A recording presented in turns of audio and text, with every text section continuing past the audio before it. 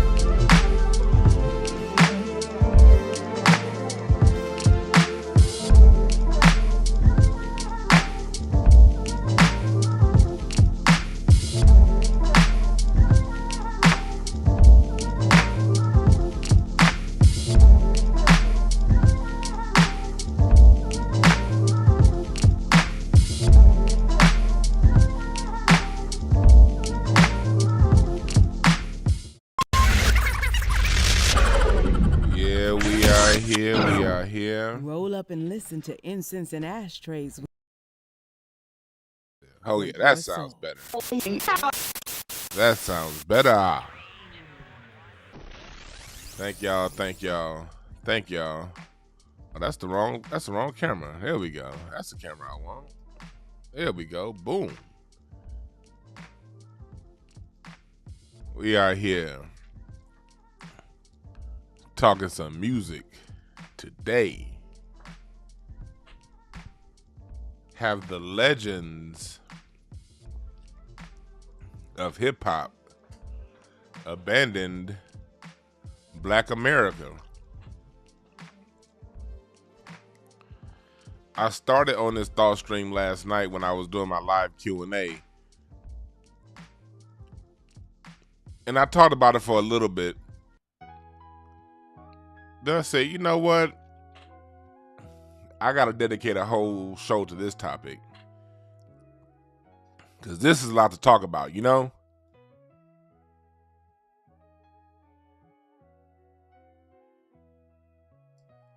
This is a whole lot to talk about. Because we've been seeing, and the reason for this topic is this. We've been seeing an assault on hip-hop from non-Black American artists claiming hip-hop is theirs, not ours. So we got to dig into that. I see Fat Joe, you making your move, and Pete Rock and Busta Rhymes, but where are the foundational Black American artists to say something? And y'all know me, I'm not one to talk about what celebrities need to be doing. If it's anybody's celebrity listening right now, or not even the celebrity, the worst niggas be the friends around the celebrities. In my experience, celebrities be, for the most part, fairly cool. It's them pretentious, non-successful niggas around the celebrity that you gotta watch out for. Them is the snakes. Those are usually the hoe-ass niggas. It's usually the ones around the celebrity more so than the celebrity themselves. Because if somebody, that's what happens. A video like this, someone to hear it, and they'll know a celebrity, then they'll go to that celebrity and screw and misconstrue everything that I say and be like, man, this nigga hating. This nigga hating. That's usually who it is, them corny ass niggas around the celebrities.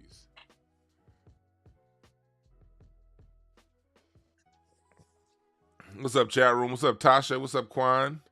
What's up, Brandon? We miss y'all. We miss you, Quan, last night on Incense and Ashtrays.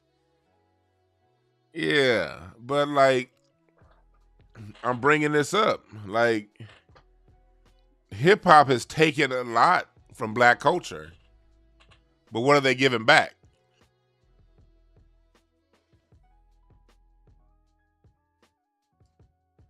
You know, we got to ask these questions, man. I'm not one to ask, like I was saying earlier, I'm not one to sit around and ask, what are celebrities doing? I'm one to do it myself. I don't give a fuck about what a celebrity co-signs. I don't care about how much money a celebrity is giving somebody's organization. Because there's always one nigga that be like, man, such and such, why you hating? They gave money to the crippled two-leg, two-hip having motherfucker foundation. Okay, so they donated $100,000 to Black people that were born with two left hips. Okay, what does that have to do with what we're talking about here? So is that one person that want to come around, man? Then people would have had. Now you got 3 people walking around with a left and a right hip. If it weren't for MC such and such, people with 2 right hips still would be having 2 right hips. That's why you can't talk about them. They donated to single mothers. They donated some turkeys to single mothers that had children with a speech impediment. You better not ever say nothing bad about MC such and such. They donated to mothers of children with speech impediments. You corny ass niggas might as well just leave this room right now if you think that way. All right. If you one of them corny niggas that could be bought off by something like that, and you that's enough to shut down your critical thinking skills, my recommendation is you leave right now, because this show is gonna piss you off. All right.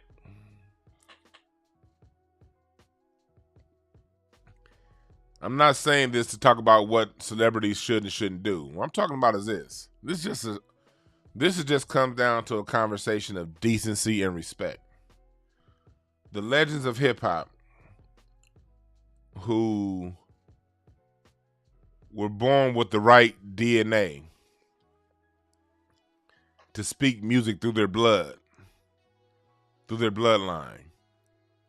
The people who were born into an environment that has led the world in all music changes over the last, say, 150 years.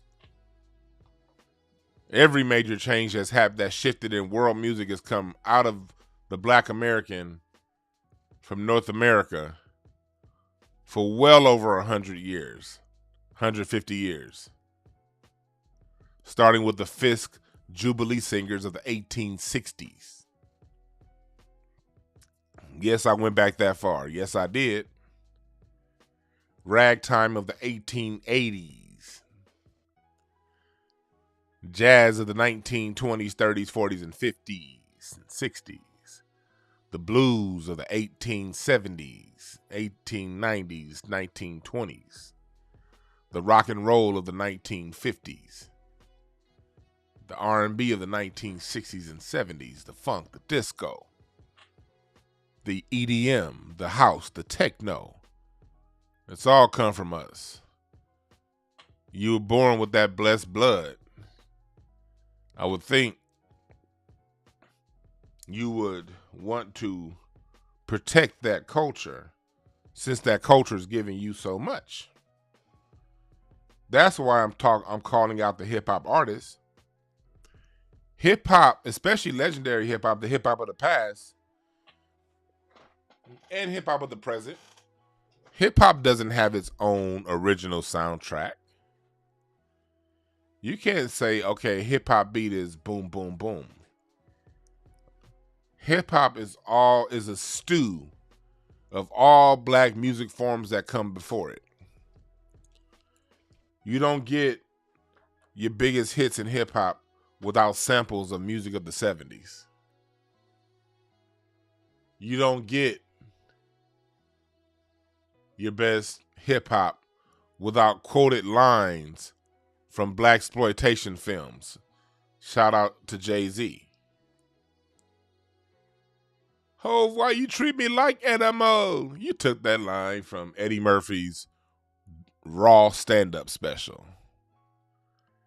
Hip-hop can't exist without stand-up comedy. They're all family. It's all family. Biggie Smalls. That was a name originally from Uptown Saturday Night.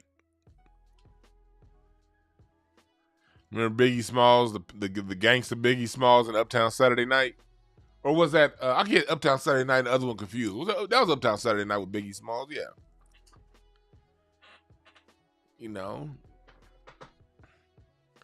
hip hop is a stew of all black culture, music, TV, and comedy that comes before it. So the legends of hip hop just morally owe a debt of gratitude to all that comes before it. It also owes preservation of all that comes before it. Yo, yeah, let's do it again. That's what it was. Let's do it again.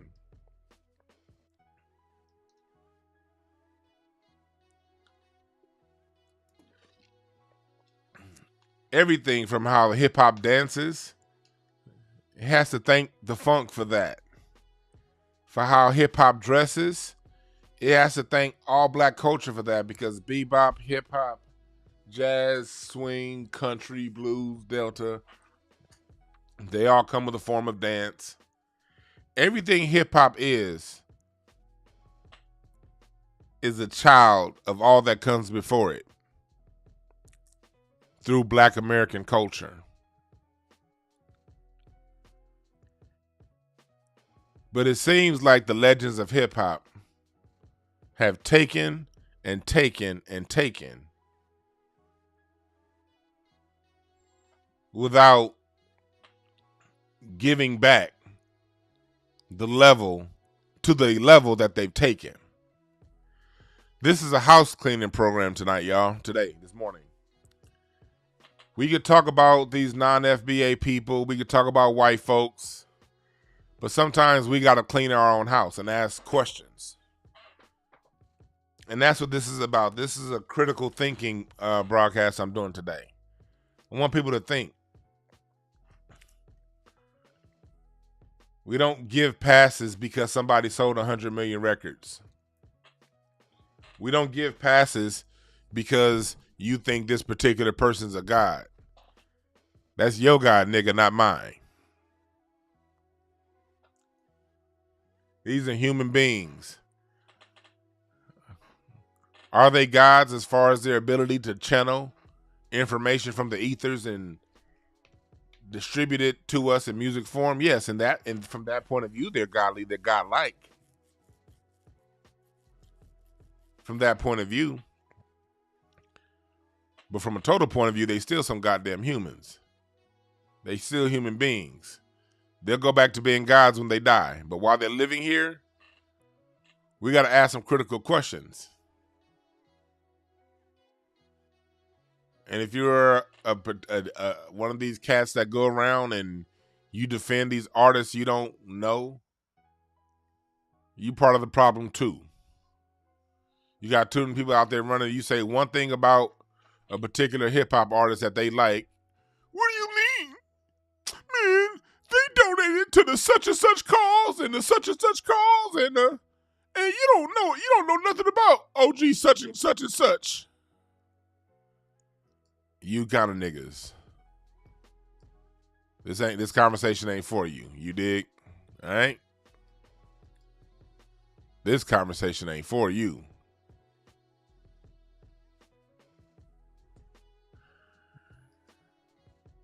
Here we go. But I want to thank everybody in here, and we must, before we get all the way started, shout out to Jayla, the self-esteem queen. Talk about hip-hop. Again, I still love the fact that LaRussell was doing some music with her and her kids.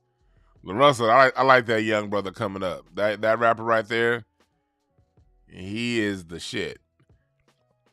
But her candles smell as good as they look. Weed Smoke 22 is your product code for 40% off at lightthemood.com. Dig what I'm saying? And get your Black American music tree. I have the history of Black America, Black American music on this tree. I did it in a tree format first because, at the end of the day, it takes a long time to read a book. And I have another book coming out, I'm going to tell y'all, but I did it like this first because you want to make it to where it's an easy teaching tool for your kids. And you can go to incenseandashtrays.com right now, where I'm laying down a music groove. My sound packs will be on. My drum sample packs will be up in the shop in about a month. We got music reviews on incenseandashtrays.com. And we also got the Black American Music Tree. T-shirts, canvas, framed posters, and regular poster where you can frame it yourself. You can get the hoodie, the T-shirt, and all that stuff right now at incenseandashtrays.com. And if you have children, you really want this because we these rappers, these people are not going to preserve our culture. Preserving our culture, it comes down to us. Because these motherfuckers look bought and paid for. Like, they don't give a fuck about our culture. So we going to have to be the ones that talk about it. So you can get one of these, hang it on your wall, and show it to your children. So your children can see every day they wake up. Because every day we all walk through life, we're getting told messages. And black children are getting told messages every day that they ain't done nothing, that they ain't created nothing. The only thing they good for is singing and dancing and only hip hop. They don't even show black people playing instruments anymore. So we need to reinvest and reinsert cultural pride. We got to do that ourselves. So this here was my love offering that I put so where I can put all of what we created. Because every day we wake up, we hear music. Music is a part of your daily life. You can't listen to a TV commercial. You can't listen to you can't even listen to a talk radio show without some music getting played on the intro. So it's best to let the black children know that they created all this shit without the help of anybody else. Which is why I asked this question: have the hip hop legends abandoned Black America? Where they at? You see people like Busta Rhymes, Fat Joe, Pete Rock. These people we didn't even know. Well, Fat Joe, we knew he wasn't one of us. Well, cats like Pete Rock, and you see what's going on with these Latino DJs nationwide. Angie Martinez allowing Fat Joe to say what he said. And of course she's going to allow him to say what he said because she has no cultural, no investment in our culture.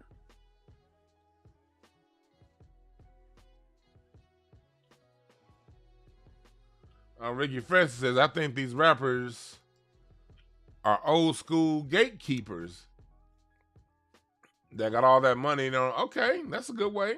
COINTELPRO-ish kind of shit. Okay, that's a good way of putting it.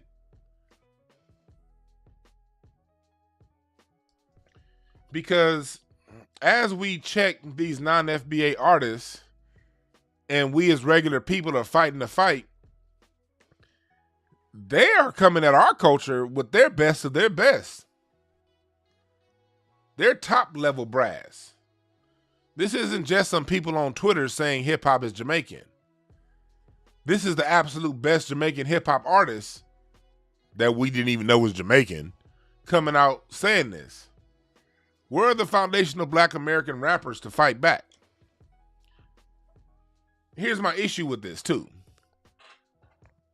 You know what one of my biggest issues with this is? My whole life, I've been a square, right? I'm as square as this cube you see on the bottom rotating down there. That's me. I don't even pretend to be a gangster. Never wanted to be. But I've been spending my whole life hearing rappers talk about gangster this, gangster that. I'm tough this. I'll whoop your ass that. I shoot a motherfucker if they did this. Yada, yada, yada. Yada, yada, yada, yada. Well, it's time for you to be gangster for your culture. You've been selling millions of records talking about how tough you are, how much of a boss you are, how much money you got, and you real quick to flash your money on a broke black man.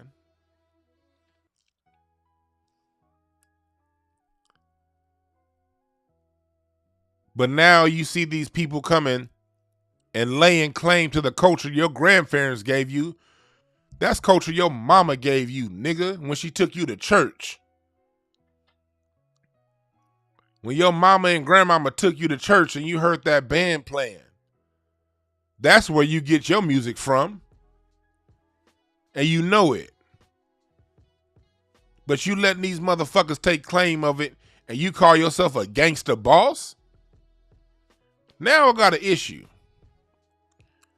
I lived my whole life in South Central LA, hearing all these rappers talk about, don't go down this street. I'ma do this to this nigga if he say something to me. You say something to me wrong to me and my family. You talk some shit about my woman. You gonna have to deal with me because I'm tough. I'm tough. I'm the baddest man walking. Look at my dick swing.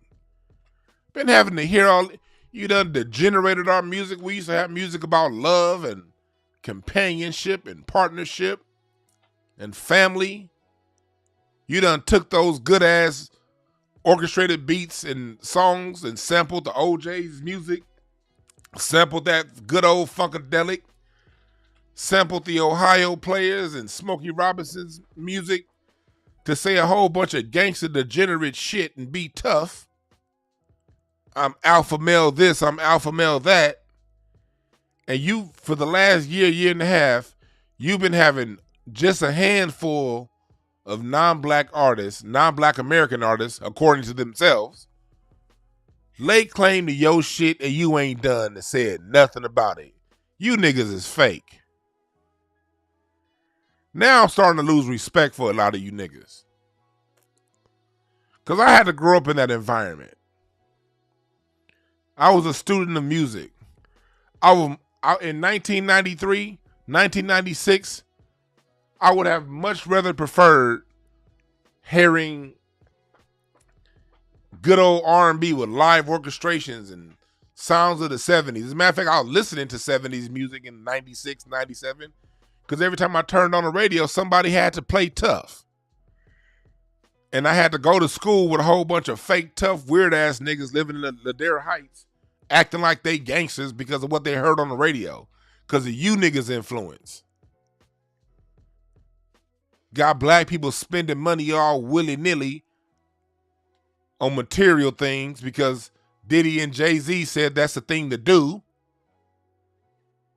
You're not a man unless you have 200 women, unless you sleep with 200 women in 2 days and spend your money on hoes and clothes and rims and bullshit.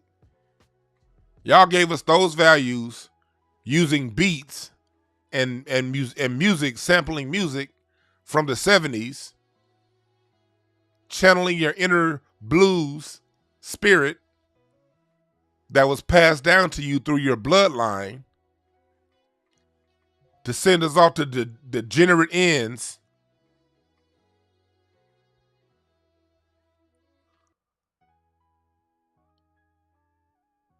And now you got people coming to claim the culture and you ain't saying nothing? Man, you niggas is hoes. Appreciate the cash from the Cash App. DeAndre Mosey said, man, Rakim praising Eminem. The fuck your problem, nigga? You speaking through your ancestors, your music, and you crediting a white boy? See, the legends of jazz, the legends of R&B, whenever white people infringed on black music, you saw Ray Charles, when Elvis was brought up, Ray Charles was like, nigga, Elvis wasn't shit.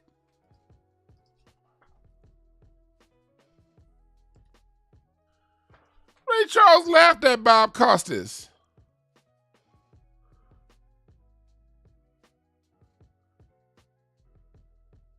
He laughed at him. Look at this. I don't know. I'm gonna play the sound. I don't want to get a copyright, but I'm gonna play the sound. Listen to this.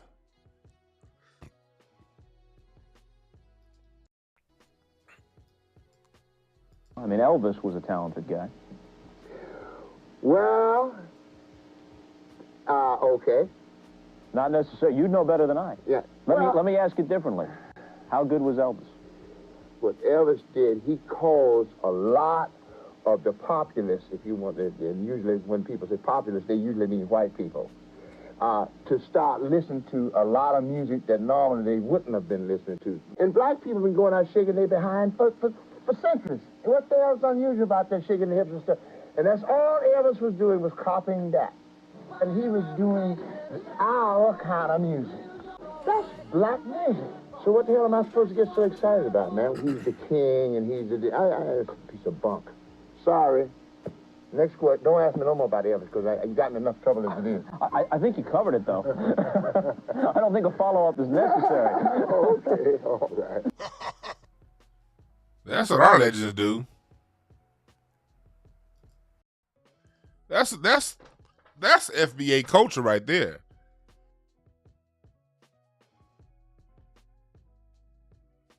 When others tried to take our shit, we stood up for it. George Clinton, when George Clinton was once asked why Parliament Funkadelic said the word funk so much, because if you go back and listen to Funkadelic, They were like the Smurfs. Remember the Smurfs? They'd be like, where are we smurfing this? I want to smurf that. Well, that's how Parliament Funkadelic was with the word funk. We need the funk. Gots to have the funk. Funk around funk until we funk some more. Why your funk smell so bad? They used the word, and George Clinton asked, why did they use the word funk so much? And George Clinton said, because I wanted to make sure that funk was synonymous with black. White artists for too long have been trying to coming and stealing our music. He said, I didn't want to happen to funk what happened to rock and roll and country music. So he wanted to make funk synonymous with black. And he encouraged other funk musicians to do the same thing in funk bands. That's nothing that George Clinton did in a vacuum. George Clinton also encouraged other funk bands to do the same so that we can keep funk and keep it black.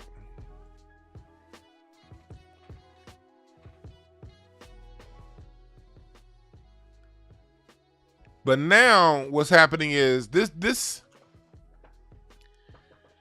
assault is happening from a different angle. We're used to white people coming to take our shit.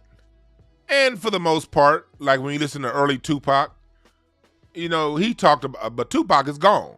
You know what I mean? He talks about white people trying to take our stuff. But now we're getting assaulted from a different angle.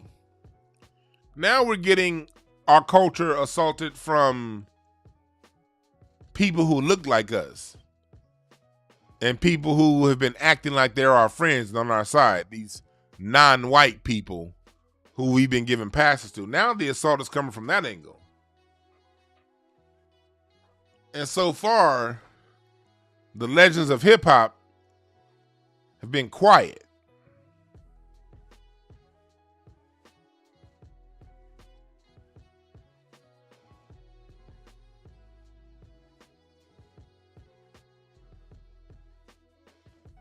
Hip hop,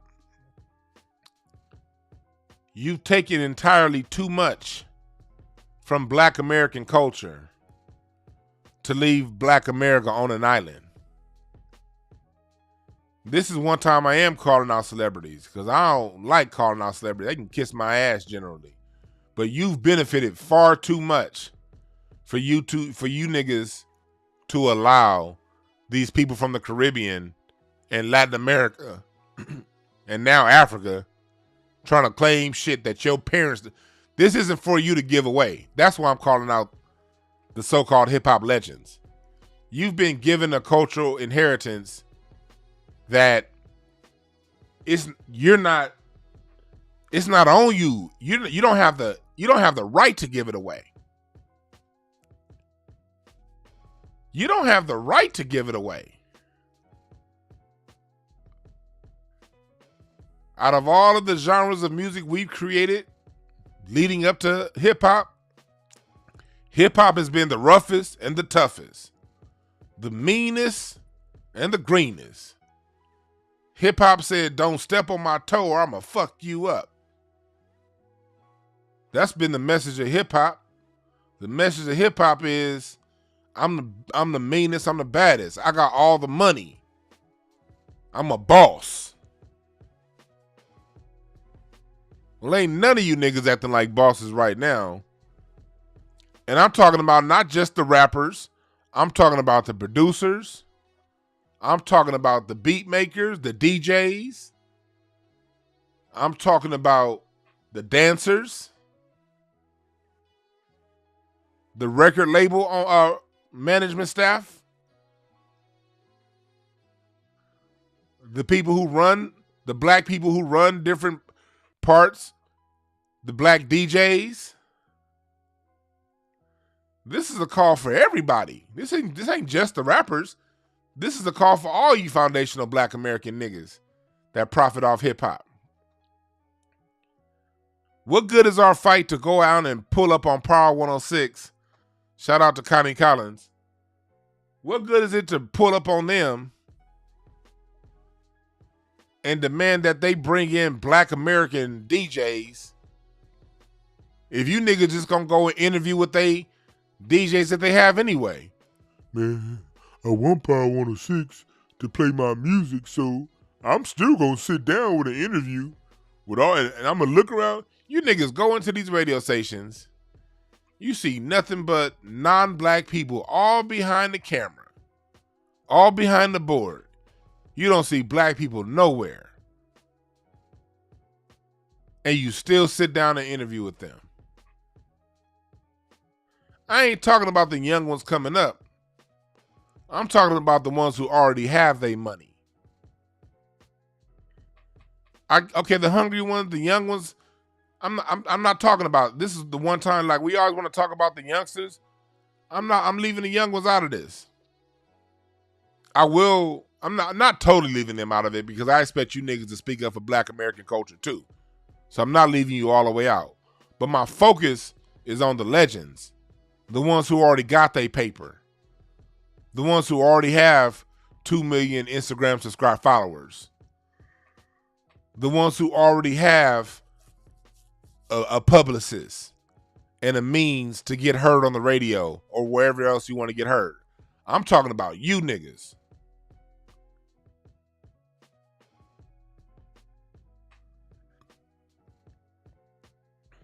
What good is a hip-hop platform if the legends of hip-hop don't fuck with it? What good is a hip-hop form if the people who are established and already on top and got their bread don't fuck with it? We validate them, and that's always been the relationship. Because one thing, I get we don't own it, but even that right there is a cop-out. Even that's a cop-out. Well, we don't own anything, so what can you expect? Hey, I was looking at a tweet earlier, how many Indian Americans are CEOs of American companies. Ain't no Asian Americans built no American companies. But you got a whole bunch of Asian American CEOs of them companies. I'm talking about the areas that we can control. Yes, we know that we have to do better with ownership. I get it. Yes, I know we have to do better with a lot of things. I get it. I'm talking specifically to the areas that we do have control over.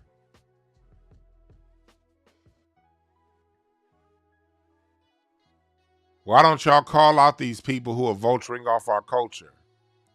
Are y'all scared? I put up a Twitter poll earlier. Let me see how my Twitter poll is doing. Let me see how this poll is doing. I asked a question. Why don't any FBA rappers check non-FBA rappers for claiming hip-hop? I listened to some Bobby Humphrey last night. Y'all see, I love me some Bobby Humphrey. Y'all want to hear some good flute sounds? Listen to Bobby Humphrey. Especially your catalog in the early 70s. Some beautiful shit. Well, anyway, I asked the question. We got 202 votes in so far. Why don't any FBA rappers check non-FBA rappers for claiming hip-hop? Is it 1, they don't know the history? 2, they're too scared? Or 3, they don't care? It looks like most people are saying they're too scared. I should have put D, all of the above. But I asked that question seriously. Because there's a loud silence. There's an extremely loud silence. And the reason why I'm concerned is this ain't even white people we asking these niggas a challenge. We asking them to challenge corny niggas like Busta Rhymes. Like, why are you afraid to challenge him? Fat Joe? You mean you're not gonna say nothing to Fat Joe? Who the fuck is? Huh? It'd be different if you had some powerful Jewish people that were saying certain things, and you'd be like, okay, I can halfway understand why he don't want to challenge such and such Rosenberg. I still don't look at it funny, but I halfway get why he don't want to challenge Mr. Lefkowitz or whatever. But Fat Joe? You niggas ain't gonna call out Fat Joe? The fuck? And here's the thing about it, especially when it comes to the legends of hip hop, why wouldn't you challenge Hot 97 and Power 106? They don't play your music anyway. All they do is play non-FBA artists all day, every day. They may have one legendary hip hop song. They may during the lunchtime mix down, you might get a 35-minute break of old school hip hop. They may do like a lunch break hip hop mix down at 12 noon. But it ain't like they playing your shit anyway. You ain't even got shit to lose. These radio stations ain't playing your shit anyway. And if they do play your new project, they may play it when you come by. They'll have you come down for an interview. So, because it's going to help their bottom line. A lot of people going to listen to that interview. They'll play your song once or twice for that interview. But the minute you on off to the road to the next city, they ain't going to play that shit no more. So you really ain't got nothing to lose. You need interviews. You got all of these hip hop online publications that can get your shit played because they're speaking to the people, and those people are the ones who are going through Spotify and iTunes picking their playlists. You got Hip Hop DX out there. You got the brothers from Hip Hop Uncensored got what on YouTube? Hip Hop Uncensored got like over 1 million subs. You have so many online publications. Matter of fact, you so legendary, you can create your own. You can partner with people. The radio stations don't even control the sound anymore. They don't even control the culture of what the sound of the culture is anymore.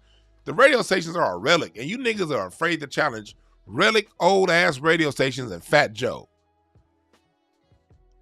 But my whole life in the 90s and the 2000s, I had to sit back and listen to you brag about how gangster you are. I had to sit back and listen to how you brag about how much money you got and how you a boss and how you got all the bitches. That's the music you gave me. I didn't tell you to write that shit. You told me you was a boss, hip hop. You told me you was a gangster, hip hop. You could have sang about love. Barry White was a gangster. That nigga went to Locke High School. That nigga Barry White was a gangster. I remember a story my father-in-law told me. He said, Barry White, whenever you would see him, whenever he would record, this nigga Barry White had a 38 in his piano bench at all times. And this nigga, if you weren't getting your shit, if you weren't getting your notes right in the band, Barry White wasn't afraid to pull out that 38 from his piano bench if you challenged his authority in that studio. Barry White was a gangster. But when he turned that microphone on, he told you to love your woman. He gave you some lush string arrangements that sounded better than Beethoven. Told you to care about your neighbor. And he was a gangster. But when it came time to feed Black America with his artistry, he talked to you about love. Meanwhile, when your ass got a chance to get behind a microphone, you told me you tough. You told me a motherfucker better not ever disrespect you. And if they do disrespect you, you got your homies that's gonna rat-a-tat-tat. Nah, but you scared to reply to Fat Joe? You niggas is bogus.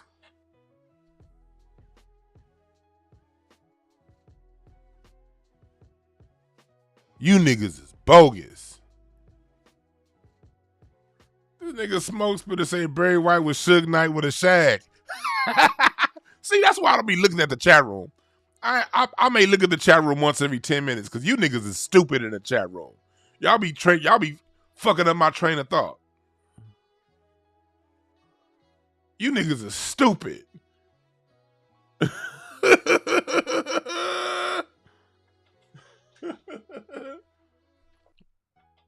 There were no Bloods when Barry White was gangstering. Barry White's gangster days was in the 60s. He was at Mirrorwood Records in the late 60s. By the time he got to the late 60s, he was at Mirrorwood Records trying to become a music producer before he went on to become the solo artist that he became.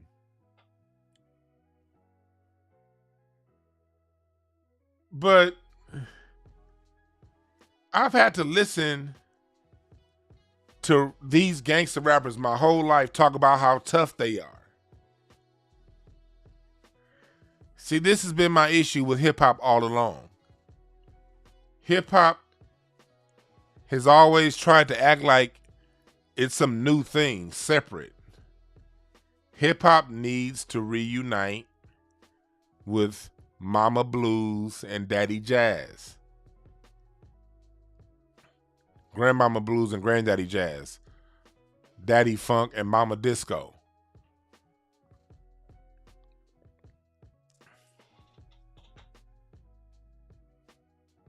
Cousin Heavy Metal. I'm sorry, Brother Heavy Metal, Brother Rock and Roll. See, hip hop and heavy metal and metal, they're brothers and sisters. Because of the blues, the soul music, R&B, and the blues produced the heavy metal sound through Jimi Hendrix starting in 1966. That same sound, the blues and the R&B produced the funk in 1968 and the disco in 1973 and the hip hop in 74. People don't look at heavy metal and hip hop as brothers and sisters, but yes, they are. They were both alternative forms of R&B.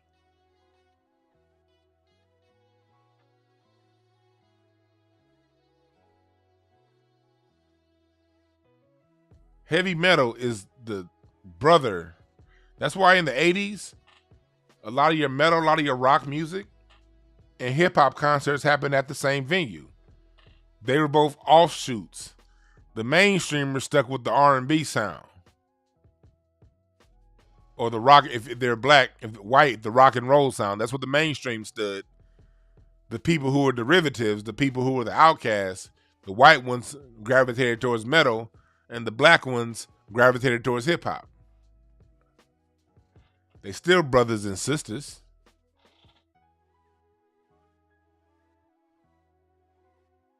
Still brothers and sisters.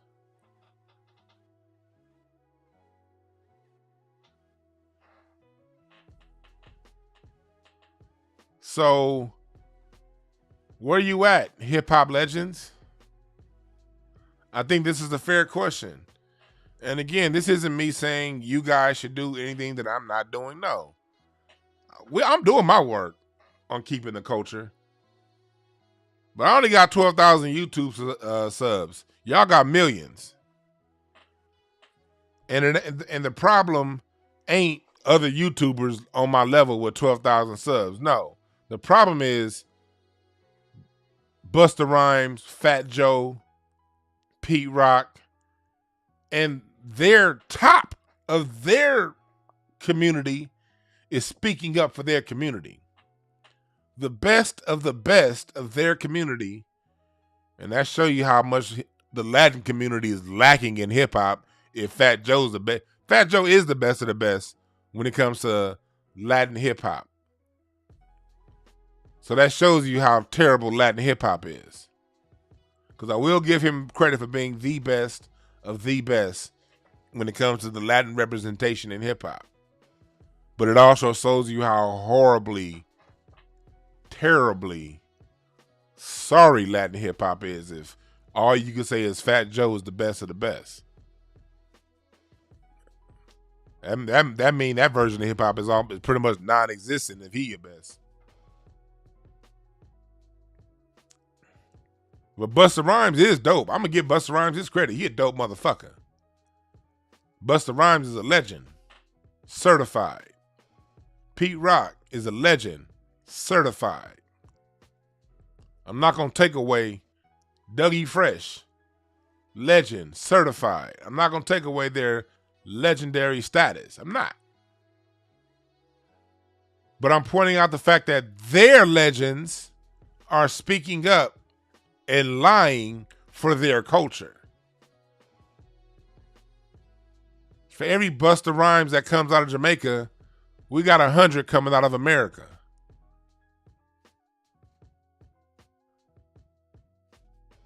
We literally have legends by the boatload.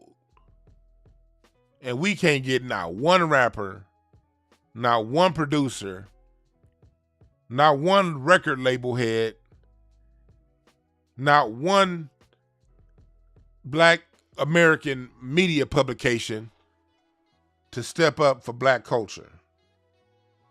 That's some bullshit. It ain't no two ways to cut it. That's some bullshit. Thank you, Jeffrey, y'all, for the Cash App. That's some straight up bullshit.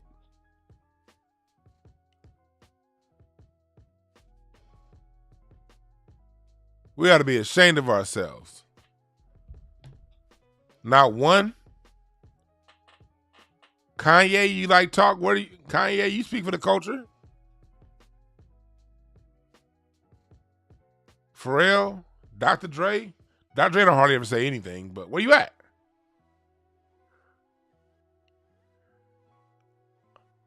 Ice Cube's real busy with his plan for Black America. I'm going to give Ice Cube, because Ice Cube is doing much more tangible things for Black America right now.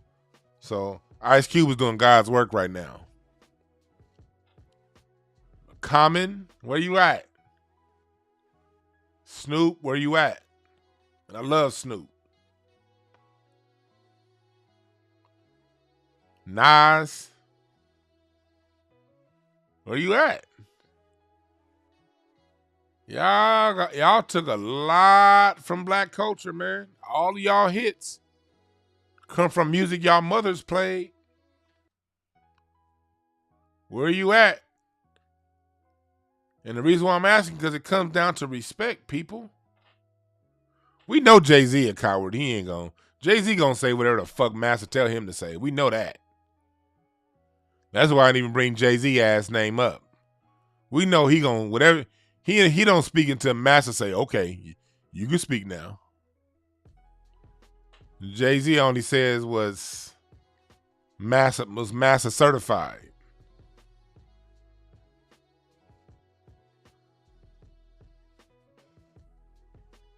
So I get that.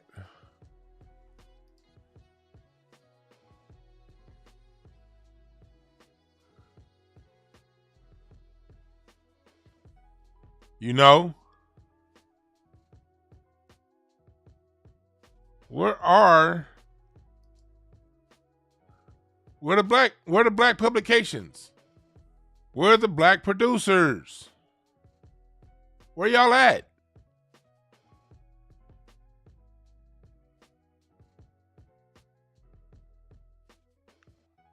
I'll tell you one thing I'm proud of.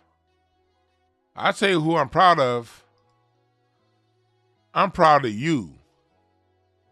Everybody listening. I'm proud of us regular people. On Twitter, on Instagram. The people who've shared the Black American music tree. The people who create these and have these discussions in Twitter spaces. That's who I'm proud of. Because it's the grassroots that are preserving the culture. The reason why hip hop will always be maintained a Black American culture is because the Black grassroots are on the job. Appreciate the Cash App, Corbett.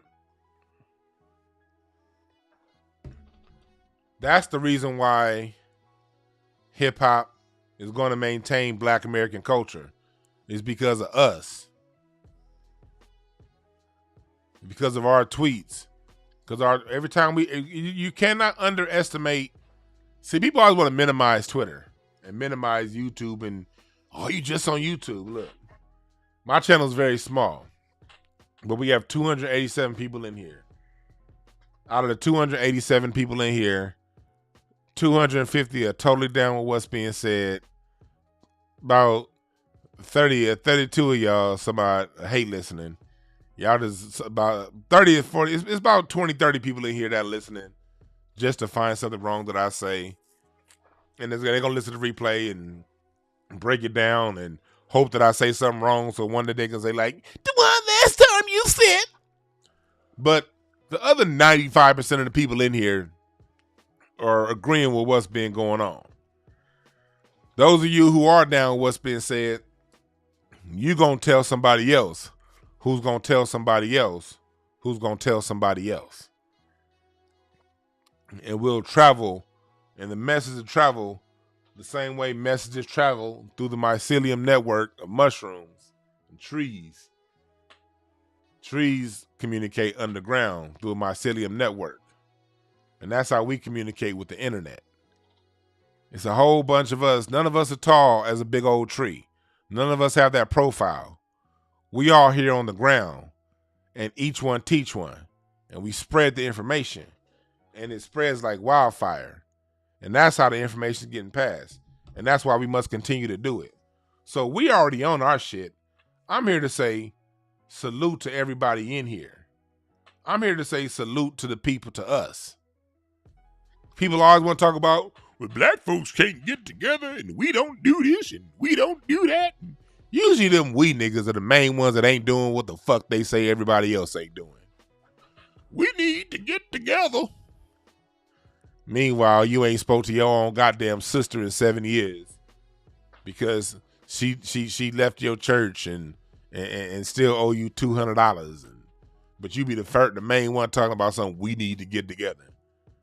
I don't have any we need to get together niggas in here. I got people in here who just realize coming together is coming together, get the message, and get on out there and force multiply the message.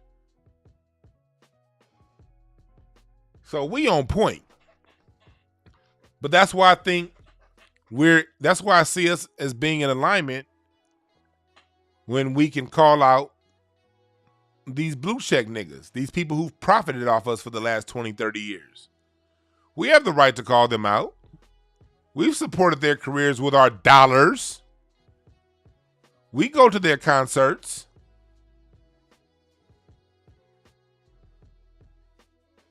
We made them the stars that they are. Without us watching their music videos, listening to the radio when their song comes on, buying their content, they wouldn't be stars. We put them there.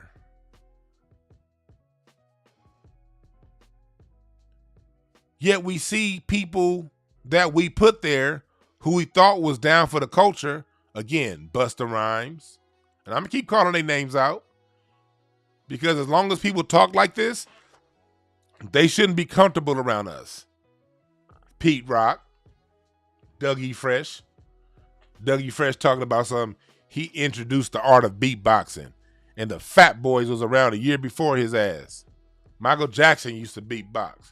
Maurice White from Earth and Fire used to beatbox. Beatboxing is something that's always been around in Black American culture. Bobby McFerrin. We've always beatboxed. You had Dougie Fresh talking about something. He's the one that hip hop is Jamaican and he's the one that brought in beatboxing. Fuck out of here. Hip hop niggas, where y'all at to counteract this shit? I love Kendrick, but some of the moves Kendrick been making me lately sound like it just feels like I'm not saying it is, it just feels like them folks have some level of influence. It just feels like it. I don't know. That last album was great, But there were certain themes in it that was like, oh my God, I hope not. I hope not. Please no. Please no. And why'd you leave TDE? You want to stay together. You want to stay together. The minute they get you isolated, they pick you off, black people. God damn, when we gonna learn that lesson? They isolate you from your group and then pick you off. Jay-Z was isolated from Rockefeller. Chuck D was isolated from Public Enemy.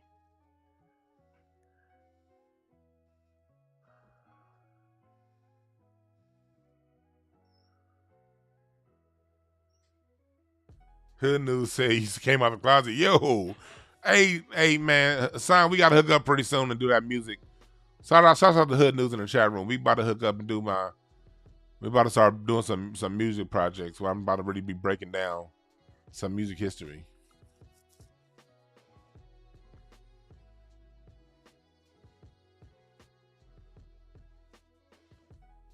But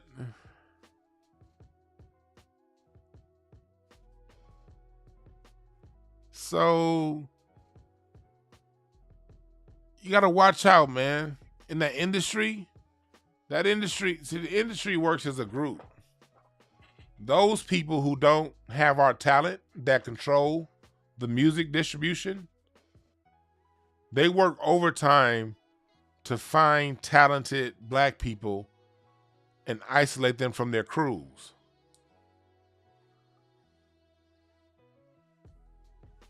And when they pick you off and you go individual, your message start changing. Chuck D ain't the militant he used to be. Hell no, he ain't. He still do be saying some real shit. But he'll also all lives matter your ass real fast too.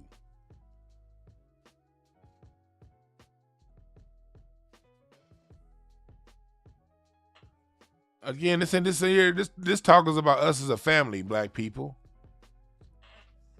And these are people that we give reverence to. These are people that we look up to, that we give a voice to.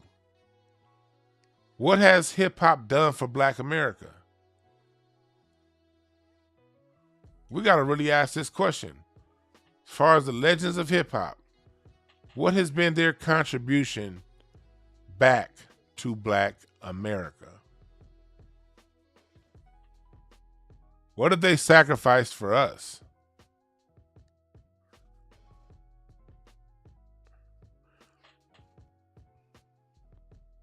And here's the reason why I ask this question. Not because I'm demanding that they sacrifice anything. Now, I'm not asking this, telling them what they need to do. This is for us to take a real assessment of what they've done and then re-question in our own mind how much credibility we give them.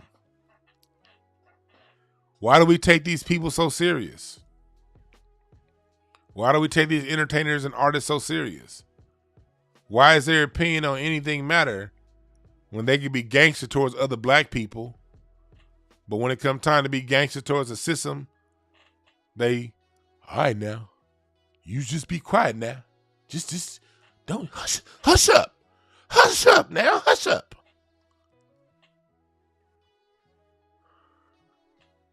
Do we really owe these people anything?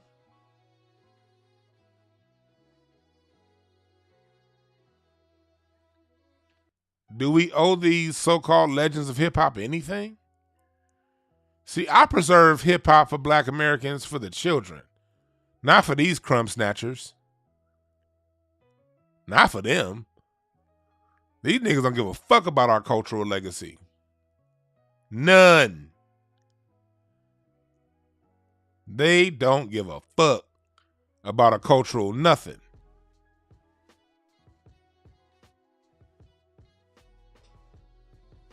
These niggas is corny.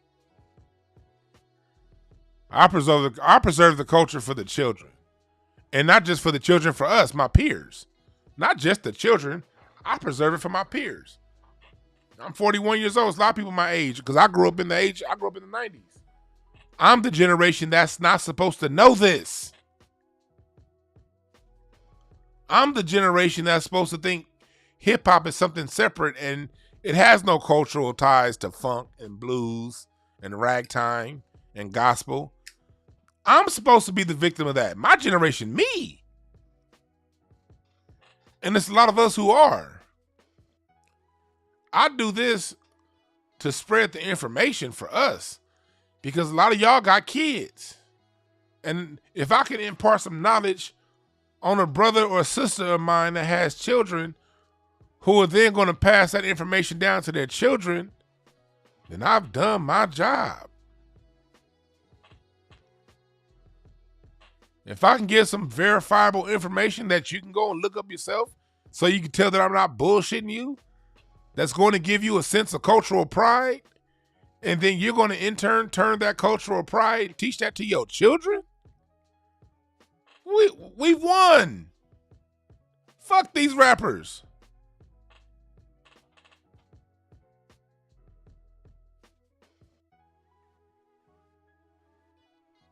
But that still is not going to stop me from calling them out. Especially when they come around here and just hand our cultural legacy away. Talking about Eminem is a top 5. Fuck out of here.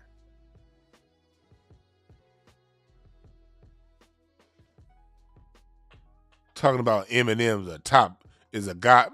Man, please.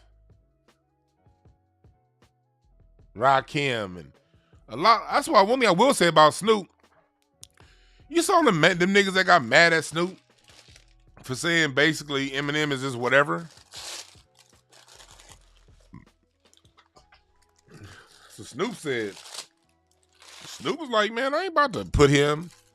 You had black rappers getting mad at Snoop for that.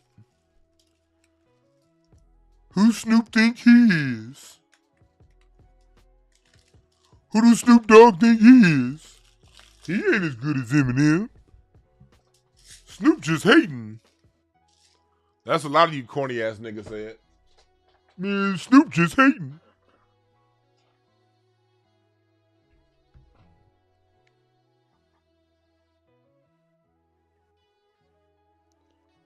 Snoop just hating.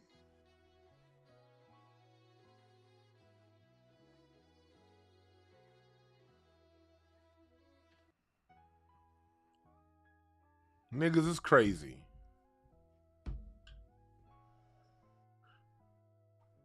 Hell yeah.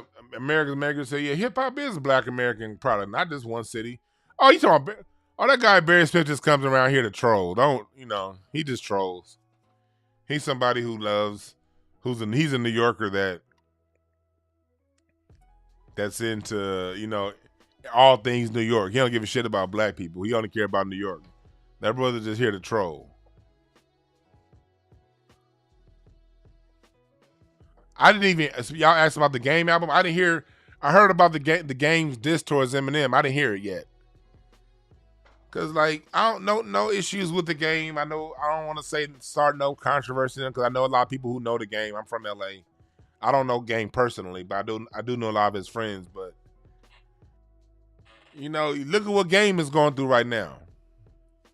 Hanging around Whack 100. He couldn't get that damn Nipsey Hussle sample cleared. I appreciate Game 4 going at Eminem. I think more black rappers need to do it. I didn't hear the song, but shouts out to him for going at it. But look, Game is around that Whack 100 dude, and all Whack 100 do is gossip, gossip, gossip, gossip. I don't respect that. With all this gangster gossip going on, ain't none of these gangster gossipers calling out Fat Joe and Busta Rhymes. Where are y'all gangster gossipers when it comes to talking about some real shit? You see, Black Sam didn't clear that Nipsey feature on Game's album because of Game's association with Whack 100.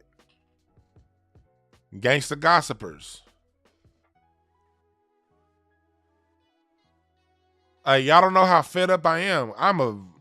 I am not a gangster. I'm a law-abiding black male citizen. I've always been upstanding.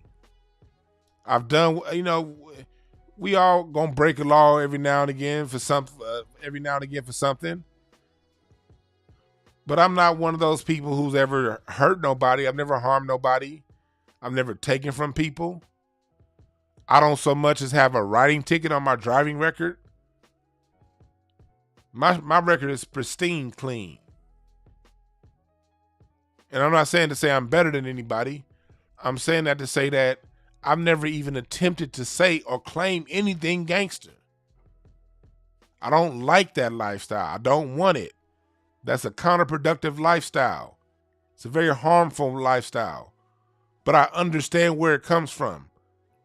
I understand the social and economic conditions that drove people to become gangsters. I don't judge gangsters for being gangster. But I had to deal with that shit in the 90s, man. I had to, when I caught the bus, it would have been way faster for me to take the Manchester bus to the La Brea bus to get home.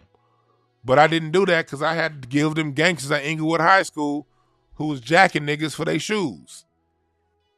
And I never got jacked, but I've been plenty of times niggas next to me did. So I caught 3 buses home. I had to catch the Santa Monica bus down Manchester to the 40. The 42 didn't run consistently, so I had to catch that to the Sepulveda bus, to the Fox Hills Mall, to the Slauson bus, to the La Brea bus. I had to catch 4 buses to get around my city because of all these so-called gangster niggas. I had to watch what colors I wore, watch what neighborhoods I went to, watch what time I went to the park. Hell, I couldn't even go to certain parks. And now that we all grown, now that we here, our culture is being infringed upon. Where the gangsters at? Why are the squares like me the main ones defending the culture? I can use some help for you gangster niggas that terrorized us. That's all I'm saying. We square niggas could use your help.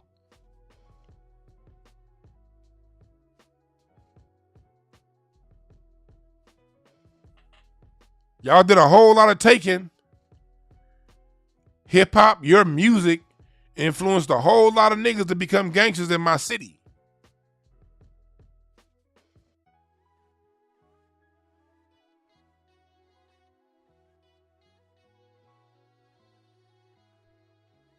Y'all make other rappers check in.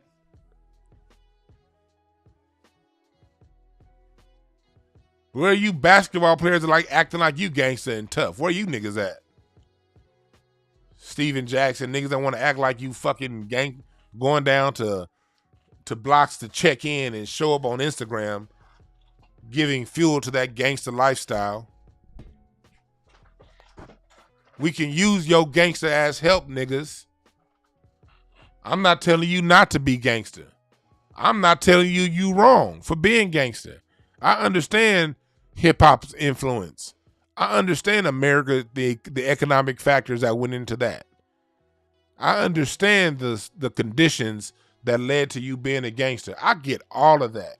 And I have compassion for all of that. But goddamn it, step up and be a gangster now. That's all I'm saying. Where the fuck y'all at? All you rappers that influence this shit, all you motherfucking, I got more money than, a lot of these rappers do, these Jay-Z style rappers, all they do is shit on other black people. Cause I got more money than you, I floss better than you, my girl look better than yours, my car is better than yours, I'm a boss, you a worker, I'm a pimp, you a hoe. All right, now be a pimp now, nigga. Be where your bossism at. Are you a boss? Fund some shit like my Incense and Ashtrays project. All right, yeah, I'm putting it out there. You a boss, you a gangster. Put your money behind Incense and Ashtrays so you can get your message out there right. Put your money behind Hip Hop Uncensored. I don't even know them niggas at Hip Hop Uncensored, but I appreciate their program because Hip Hop Uncensored is always talking about news and information within hip hop without being scandalous. Where y'all at? It should be 10, 15 rappers right now putting up $100,000 each, $200,000 each to fund hip hop uncensored. These partnerships that these rappers, these sponsors, these rappers get, they should be hooking them up because hip hop uncensored, Urban X TV, Black Dot, these motherfuckers represent the culture right. Where are these hip hop artists to put money up behind them? Because let me tell you something that the Jewish people understood when they created Hollywood. The Jewish gangsters understood they had to put money behind Hollywood. Hollywood was funded back in the 20s and the 30s by the Jewish gangster class. The gangsters knew they had to get the message out, and they had to control the message, so they had to put money behind the message. That's a real fucking gangster right there. And that's why they shit still gangstering and going on. I'll never forget what a Jewish mentor of mine said. The person who I was a manager of mine when I worked in hard money lending, and we stayed friends until the day he died in real estate. He's a Jewish man who used to always give me game on the money aspect and the rental property aspect. And we talk culture, and I would talk black culture to him unapologetically. And he would be frank with me too. That's we have the kind of relationship we had. An old Jewish man. Rest in peace, Al. But he told me something that was real one day. He said, "Do you think these white people like us?" He said, "Do you think they like what we do?" He said, "The reason why we get to do what we do, before one of you Hebrew Israelite motherfuckers come in here talking some shit, I know the cultural context and the background behind how the Jews got their money. For you Hebrew Israelite niggas that's gonna come in saying, nah, brother this, brother that. Shut your ass up and listen. Because this is something that we can do. I ain't talking about the things we can't do. I'm talking about what we can do." He said, us as a culture, he said, it ain't a whole lot of rich Jews. He said, a lot of these Jewish people are just as poor as other people. It's like anything else. You got your rich ones, you got your ones that are middle class, and you got your ones that don't have as much. He said, but for those of us who do have money, the reason we can protect those who are Jewish who don't have money is those of us who do have money put money behind everything Jewish. Jewish education centers, Jewish museums, Jewish movies. That's something that the system can't stop. No matter how much the system don't like what we do, they can't stop an individual from putting money behind another individual.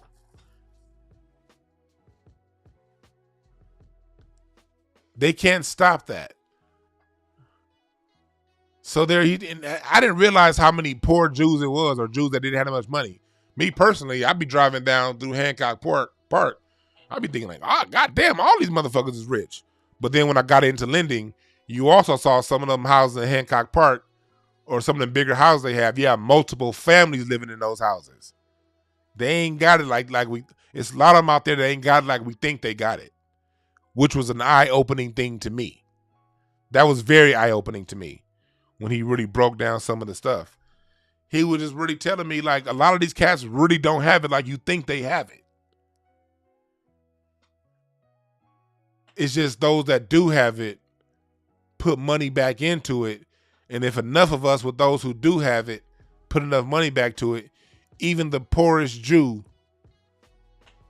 won't have to go to a public school. They can still go to a Jewish school. And your schools don't have to be brick and mortar buildings. Nowadays, they can be online. You don't have to have no full Dr. Umar Johnson level academy where they're going to be staying. It'd be great if we did have those. But we already know for us, the Jews get a little more freedom than we get. So we already knowing that we're not going to have these nationwide institutions. I get that. But you do have individual institutions nationwide.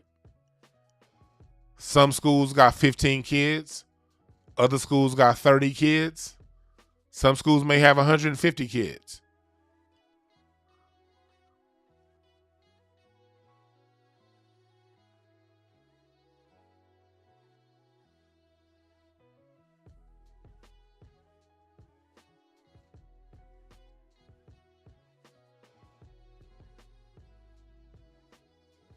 There's certain things that can be done on an individual level that the system can't do anything to cut. These are just ideas I'm throwing out there for the next class. Because one of you out there, y'all, some of y'all out there, y'all let y'all kids listen to me. And your children is going to be the next class of greatness. All right? There's somebody listening right now, your child, your son, your daughter, they're going to be, because black greatness is going to continue. It's never going to stop. That's one thing I do know. Black greatness is just, that just is, that just exists. And so since that just exists, I guarantee you multiple people here listening right now, your children is the next, your child is the next Pharrell. Your child is the next Bob Johnson. Your child is the next Quincy Jones. Your child is the next Paul Revere Williams. Your child is the next George Washington Carver. I'm putting seeds of thoughts into their minds. Some of you black people listening to me right now in your 20s and 30s, you the next Diddy. You the next John Singleton. Some people listening right now to this show, you found your greatness and you just ain't hit it there yet. But there's people listening right now, nigga. You the next one. This is for us. Because a lot of these old school niggas, they done. They're done.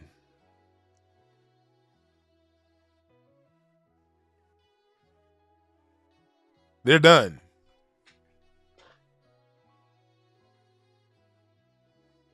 Which is why they're not owed our respect the way they think they are.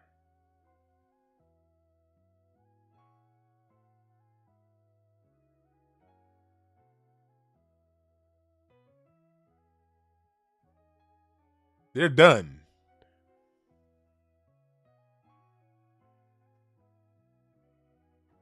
But y'all ain't.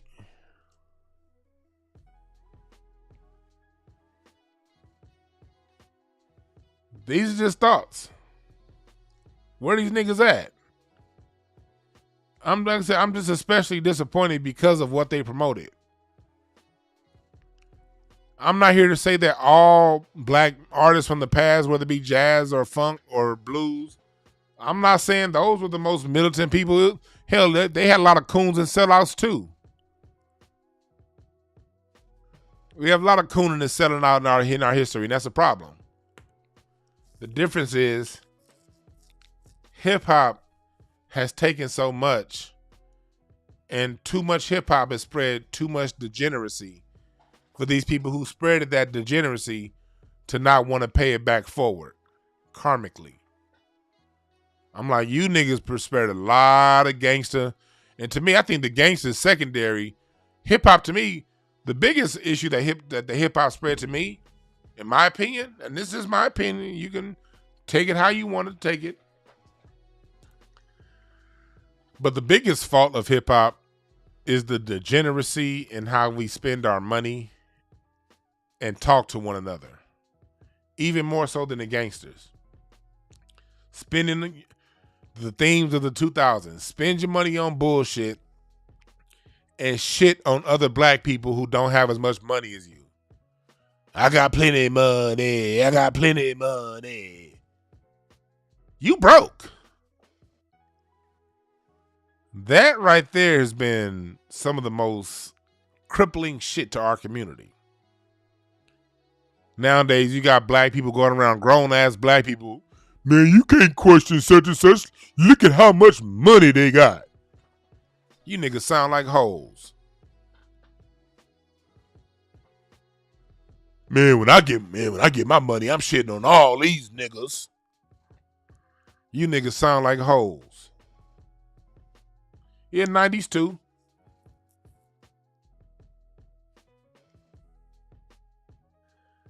I got some people who are late in here. Let me refresh for the people who are late in here. For you niggas that go around saying, well, we don't own anything, that's a fucking cop out. That is a cop out. You don't have to own anything. You own your vocal cords. Just because we don't own the radio stations and the record labels anymore don't mean you can't speak out. Hell, we don't own the internet either. You can still use it. You can still use it. You not owning nothing don't stop a train from moving, nigga. Mexicans don't own anything in hip hop, but they the DJs. And they speak out. They don't own shit. Caribbeans don't own shit in hip hop, but they speak out and claim hip hop for Caribbean. For the Caribbean, they don't own a motherfucking thing. Not owning shit don't stop no train from moving, black people. Let me say that again. Not owning doesn't stop anyone from speaking out and defending what's theirs. As a matter of fact, if you want to get to the level of ownership, because we've already owned record labels, we already own radio stations, we've been there, done that when it comes to ownership within hip hop. The way you own and maintain is with a knowledge of cultural understanding, cultural straightening, cultural knowing your place. Without that knowledge of self, you're not even in mental position to own. Or if you do own, you're not going to be in position to defend what you own without a cultural understanding of what you own. So we're not about to dumb down this conversation and be like, well, they don't own nothing, so let's just not talk. That's the non-thinker's perspective. We're here to think.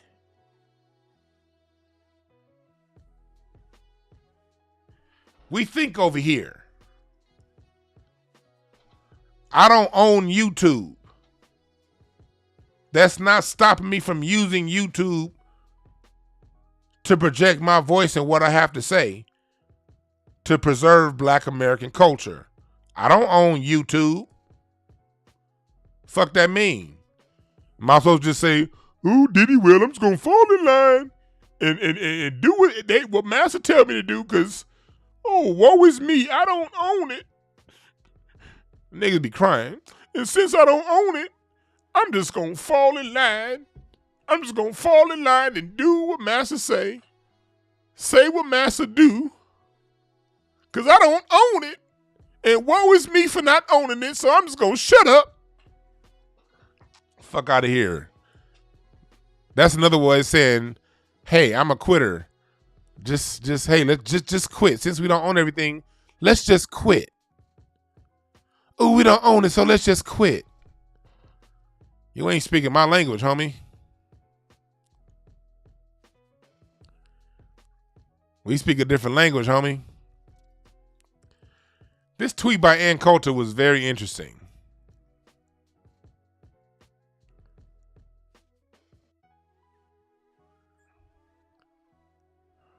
This tweet was very interesting.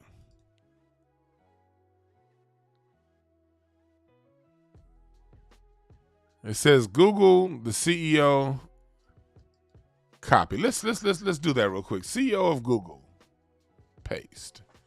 Let's do this, shall we? Oh, not white. Okay.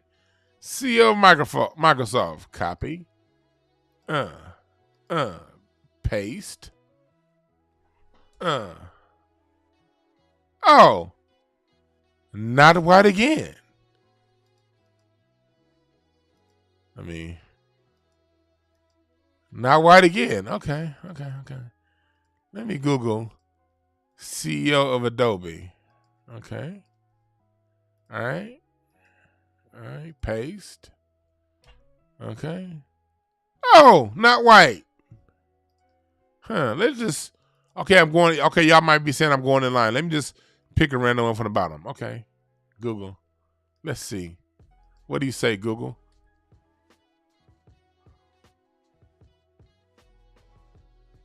Okay. Oh, he's from Finland. Okay. Okay. Not white American. Okay. CEO. Let me say CEO of Albertsons. I like food. Copy. Okay. This is a beautiful picture right here. This is, for those of you who don't know, this is like Century City in LA. It's an LA golf club that look like Little Santa Monica Boulevard right there. Okay. CEO of Albertsons. Oh, not white. What's the theme we see here, people? Non-white. Did any of these people, all these companies were started by white folks, right? Pepsi, IBM, Google, Microsoft.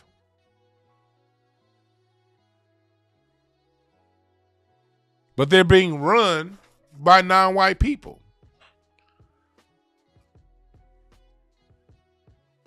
You ever ask yourself what that's about? When black people get talking about what we created and maintaining a cultural legacy, other black people act like it's something wrong, like we have to own it to maintain control of it. You see how easily white folks will give controlling interests to non-white people, but still run it?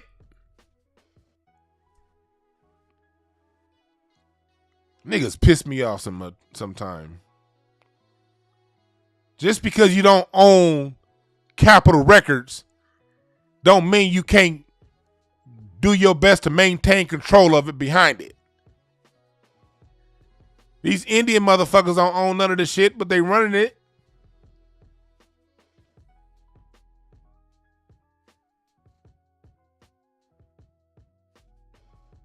Owning something isn't a prerequisite to controlling it. White folks will give controlling interest to somebody non-white in a hot second. But their code of conduct will never allow that non-white person to do anything outside of the interests of white America. Yes, there are non-white people who own controlling interests of these companies. But these non-white people won't dare break code of conduct with white America.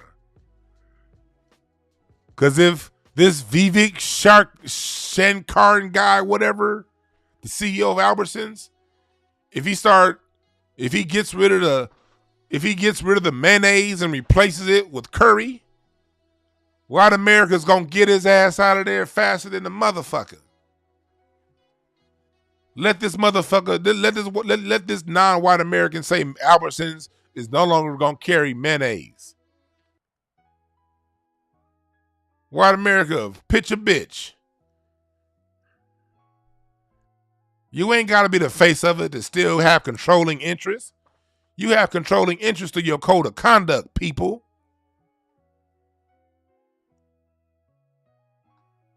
Your controller's interest comes through your code of conduct.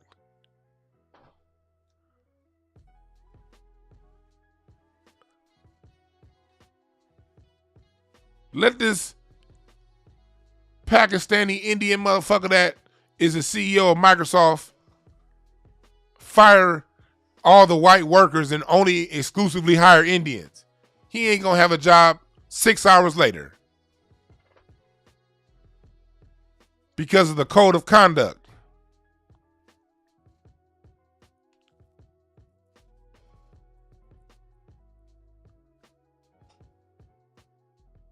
We as black people and culture hit on a real good point.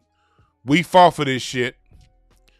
And we see all of these non-black people get these positions that we fought for us.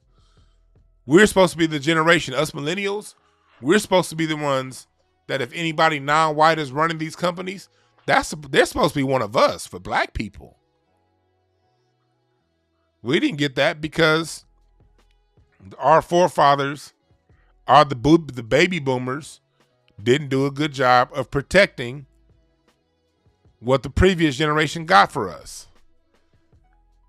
And we see history repeating itself right now with hip hop. The forefathers of hip hop are doing the same thing that their parents did. Not protecting our cultural legacy, giving it away.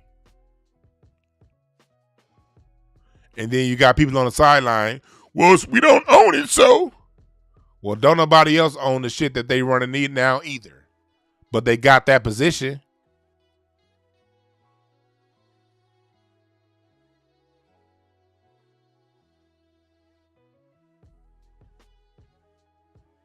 So stop the dumb nigga babble. We got to stop repeating cliches. Cliches have gotten us nowhere.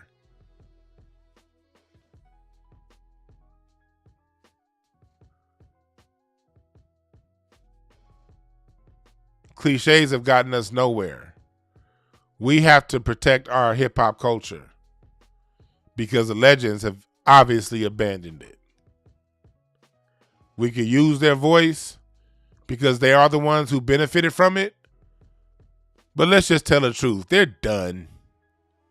These old niggas in hip hop, the first senior and the first 2 and 3 classes of hip hop, them niggas are done. They're now old niggas. And like what Jason Black says, you got to watch out for these old niggas. The original class of hip hop, the original legends of hip hop, they're now old niggas.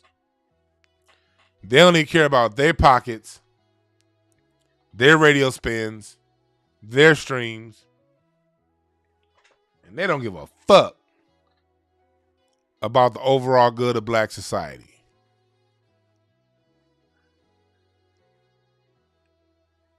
And I'm here to say, if you make some music and it's good, I'll listen to it, old niggas, if it's good.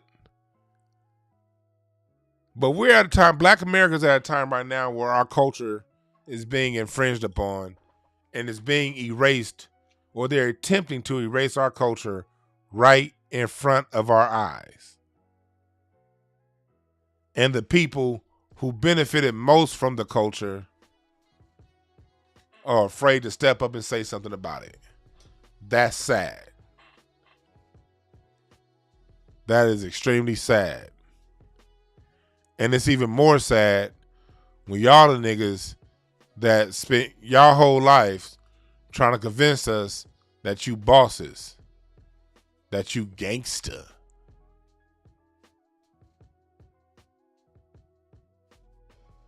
Y'all done spent all this time trying to convince us of your level of gangster, of your level of boss.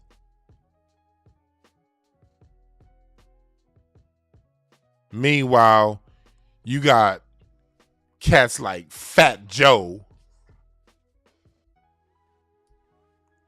gangstering your cultural legacy for his people, and you ain't saying shit.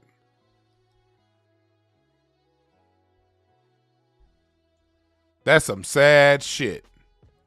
Niggas are scared to go at fucking Fat Joe and check his bullshit because you worried about a couple little ass streams.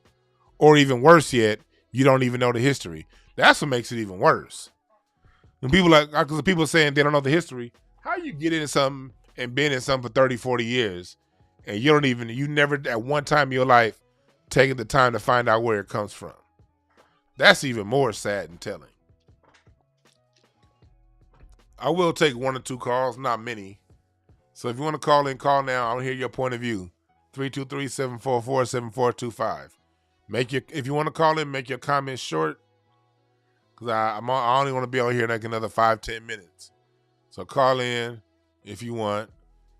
Make a short comment. 323-744-7425. I'm going to keep the lines. If I don't get no calls in the next 20 seconds, 30 seconds, I'm shutting the phone lines down too. I don't want to be here all night.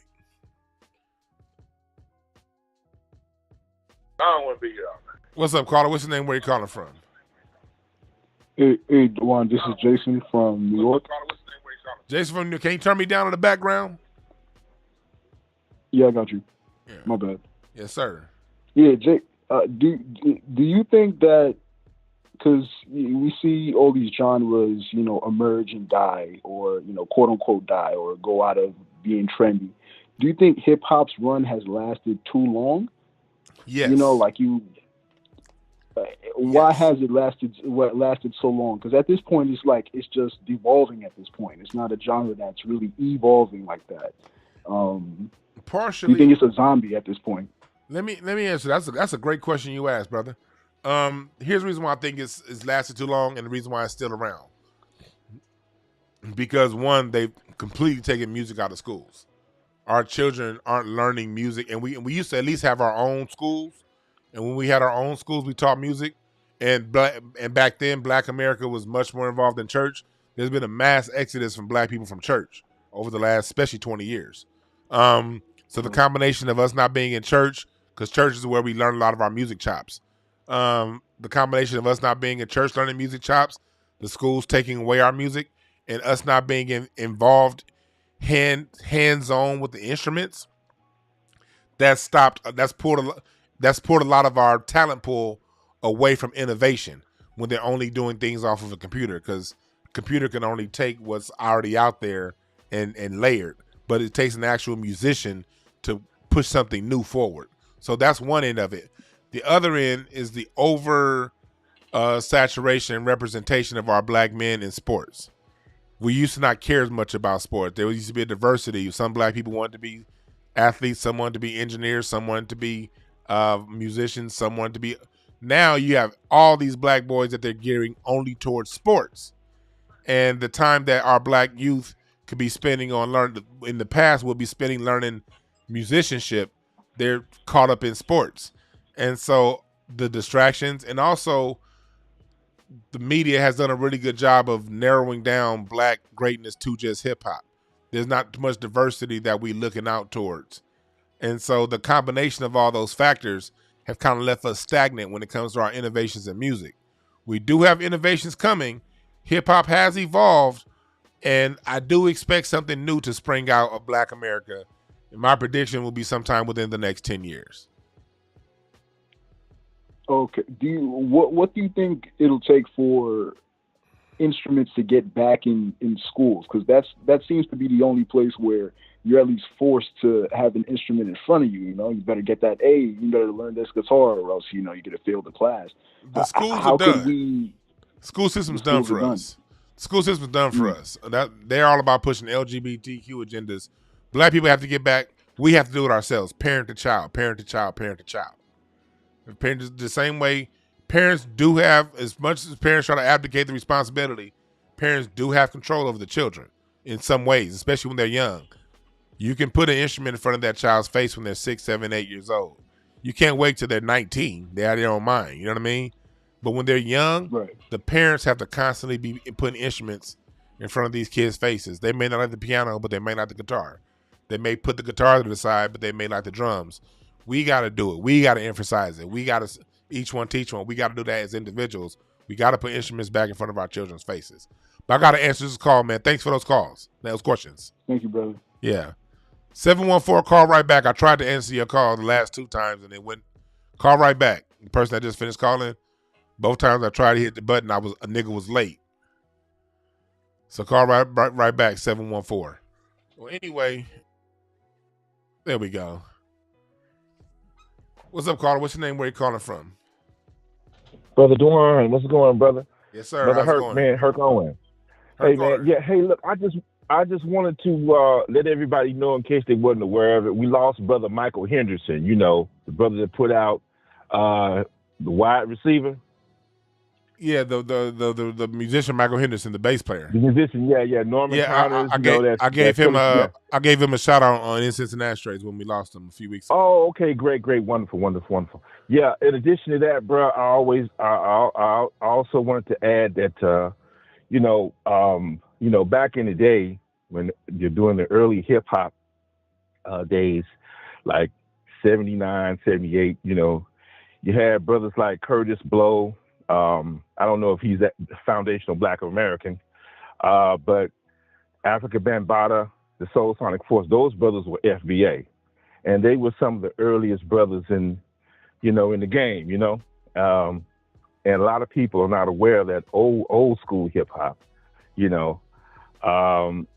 I wish some of those brothers would come out and kind of like represent and give the roots, and in addition to that, brother, you've done a great job, with the history and the genealogy of Black music in America, FBA, I appreciate that, man. Yeah, you've done a lot for us, brother, and we need, your influence. We need your advocacy, and stay strong, brother, and keep us and you keep us strong, man. You need your own. I mean, you have a platform, but you need, a major platform. Yeah. And you're right. When they took, say, band, when they basically took the instruments and band practice out of the high schools back in the 70s, when I was in say middle school and in high school, I mean, man, everybody had band practice. Yep. You had to learn how to play a horn. You had to learn how to rock a tuba. I took band from 10th grade all the way to the 12th, and nobody could rock when the Black, I grew up in Memphis, Tennessee, and every time we had the Battle of the Bands, a football game or a pep rally, nobody rocked, the bands. No bands beat the Black bands. You know what I'm saying? Because it was all white folks, and then nobody could dance with niggas was dancing with tubas, dancing with horns, drums. Nobody could do it like us, bruh.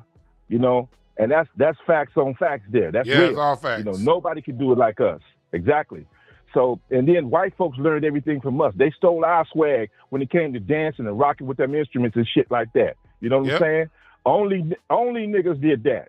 Okay? So, and I'm very pissed that we don't have that no more. You see what I'm saying? We seem to have lost our way. And as you said, church, all of that, man. And as you said, brother, them folks saw all of that, and they saw what we were able to do and how we were able to deliver and how we were able to change the world. And the world, listen, I mean, you got people, all over the world that know our music, and basically love it, live it, and it changed their lives too, and they had to stop that because they knew that it was a great thing, that was influencing humanity and making humanity a better, making us a better people. That's real talk, man. That's real talk, man. Thank you for that, brother. All right. And you have a good one. Stay strong and stay Black. Peace. Yes, sir. Yeah, Black people. It's not about the school system is done. We're not going to get what we need. Now, if you have your children in public school, I do recommend that you fight hard for your children to get the resources that they need. But all the things that we need from our culture, we're going to have to instill that directly. Each one teach one. We can't depend on the institutions to instill these values. It's the institutions that took these values away from us.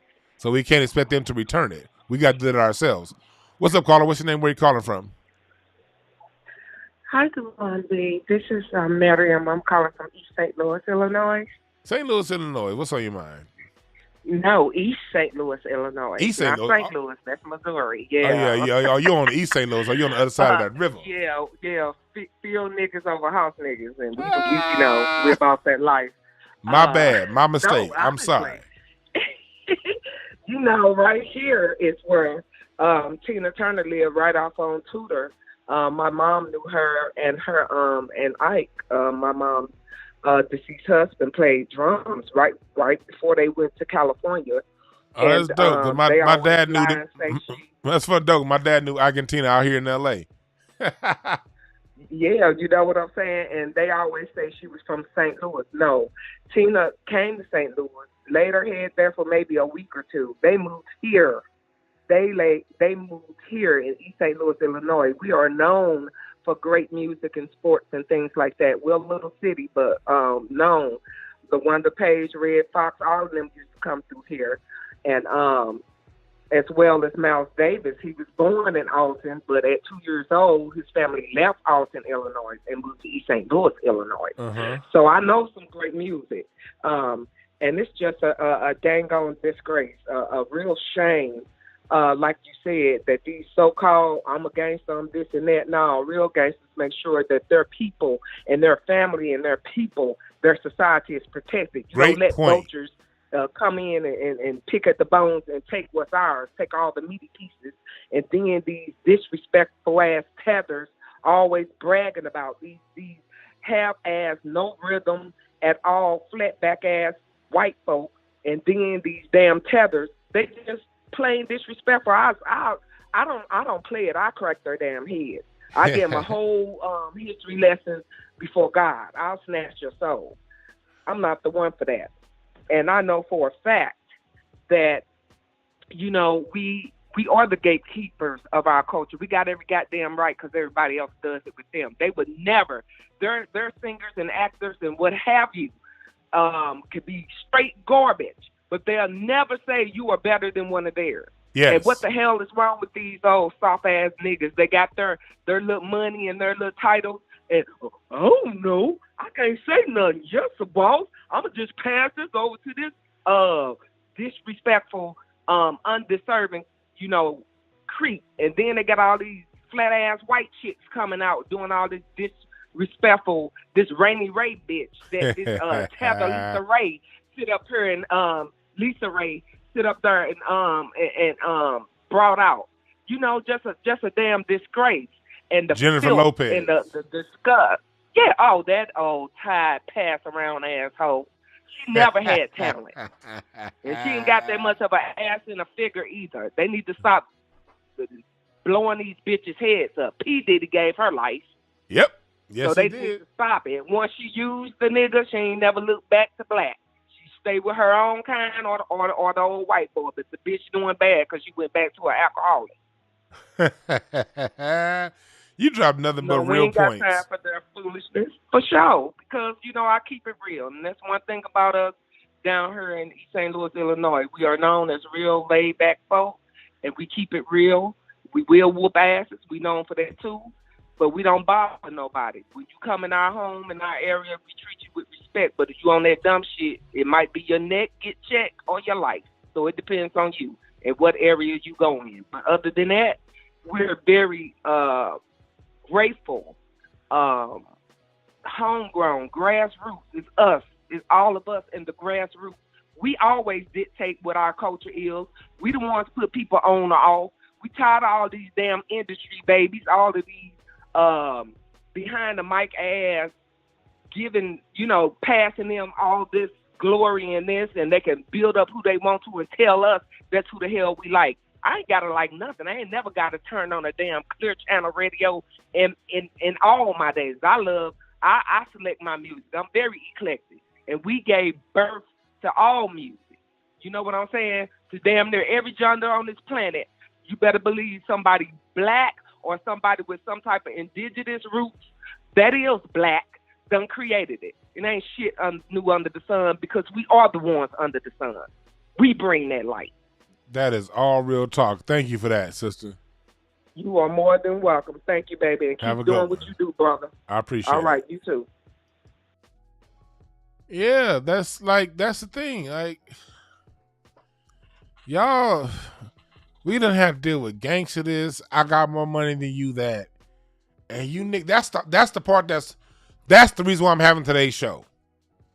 Y'all weren't talking about coming together. Y'all weren't talking about love. Y'all weren't talking about building families. Y'all weren't talking about building generational wealth. You were saying mistrust other black people. And I know there are other artists on the side, especially early 90s, that was talking about some stuff that was different. I'm talking about overall message, what you allowed, and I understand that the record industry behind the scenes influenced some of these lyrics. I get it. You still owe. Even though they influenced you and said we won't release his record until you say that, You still said it. If you got all that money, where are you now? Our culture is being raped. That caller made a good point. The gangsters usually protect the society. Our old school gangsters, Bunchy Johnson and them niggas back in the day, they didn't let other people come into our society and fuck us up. The gangsters in LA turned in to be Black Panthers. Bunchy Carter, y'all know the names. I'm drawing blanks. Eldridge Cleaver. These motherfuckers had a sense of responsibility to the community. Y'all called yourself all these Italian gangster names. Capone, Noriega, where the fuck? Where y'all gangsters at now? Where are you big bosses now? The gangsters and the bosses protect the community, which is why I told the story earlier about the Jewish guy I know. A real gangster and a real boss, if he can't physically protect the community, is going to fund the money to those who can. You may not be the ones who speak, but you'll put money behind those who do. All I'm saying is, if it walked like a duck, talked like a duck, these motherfuckers ain't walking the talk. So that means, okay, y'all gonna be that way? Why am I gonna spend any time arguing who's my top 5? Fuck all you niggas. Y'all don't protect us. Y'all took a lot from us. Y'all ain't gave it back. So why would I have a 2-hour-long conversation over my top 5? Y'all better be scared. If DeJuan Brown do a top 5, I'm gonna do a top 5 sellouts.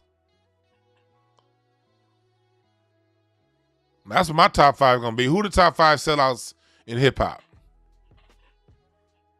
Who are the top 5 fake pimps in hip hop? Who are the top 5 fake ass bosses in hip hop? Who are the top 5 studio gangsters in hip hop? Y'all better hope I don't do a top 5. Who are the top 5 coons in hip hop? That's gonna be my top 5.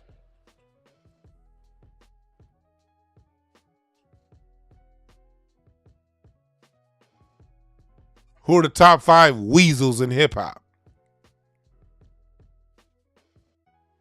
That's the only top 5 argument I can have. I'm not about to know top 5 legends when none of these legends can take the time to be gangster for black culture. Salute to Ice Cube for doing something that may be a little bigger than this when it comes to him getting tangible assets exclusively for black America. I salute that work. I salute you working with the NFL if you get in the NFL to break bread with black businesses. If you get in the NFL to break the bread with black businesses, nigga, then work on, brother, work on. But if you get in the NFL to put money in your pocket and a couple of your friends and saying fuck the rest of us, then coon on, nigga, coon on. If you're using your platform in hip hop to push a political agenda for reparations for black America, then you fight that's the fight you fight, then I support that. You might not, you got to stay focused on your fight. Keep fighting. But if your agenda is using black America to enrich your own pockets with a few token gestures, then fuck you.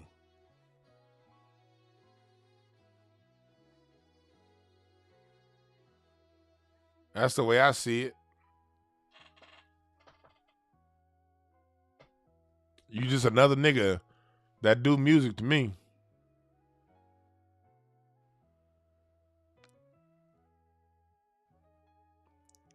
Get your Black American Music Family t-shirts. at incenseandashtrays.com. Get the artwork.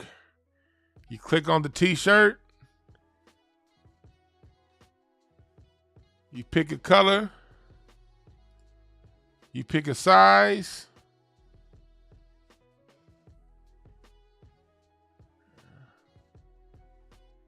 Nigga, you hit the PayPal. You add that to your cart. Nigga, and when you add it to your cart, you buy now. incenseandashtrays.com. If you'd like to advertise here at the show, hit me up. I will be doing my readings tomorrow morning. I will be reading the card of the week. We will be reading the card of the week tomorrow. Let me pull it up. What's the card of the week tomorrow? What's tomorrow's card? What is it? Because the card of the week starts today on Mondays. What's this week's card? We are August. Today's August 22nd. Okay, so the card of the week is an 8 of diamonds. Oh, shit. Okay. And we have a King of Hearts day coming up on Friday. This is a very interesting week. This is going to be a very emotional week because that King of Hearts is on Friday. This is going to be a tough week for relationships, y'all. If you're in a relationship with somebody, this is going to be a week that you really don't want to argue. And next week is a 9 of diamonds week. That's the card of car accident. So y'all going to have to watch out for that shit. Oh, yeah, we got some interesting shit to talk about. Y'all. Yeah. So we're going to have a good show tomorrow reading the card of the week. And, of course, I will read your card. Cash Apps get to the front of the line. For personal cardology sessions, you can always go to breakthroughas.org. Click on Make an Appointment. And then you see my hours. You can click on Book Now. And then you can click on getting your full cardology reading. You can select the time. Confirm your booking. Enter your name and phone number. $175 ain't shit when it come down to how long have you been flipping through your mind trying to figure out your purpose or trying to figure out what direction you should point your children in, or is this relationship gonna work? You lose way more money thinking about that shit in your mind than you would just getting a reading and letting me tell you flat out what it is. You dig?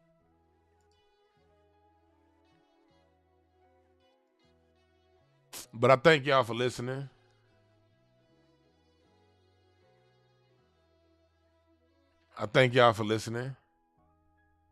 And I want y'all to remember this. There are no perfect messengers. Only perfect messages for those who are willing to pick up the game. My name is Dewan B.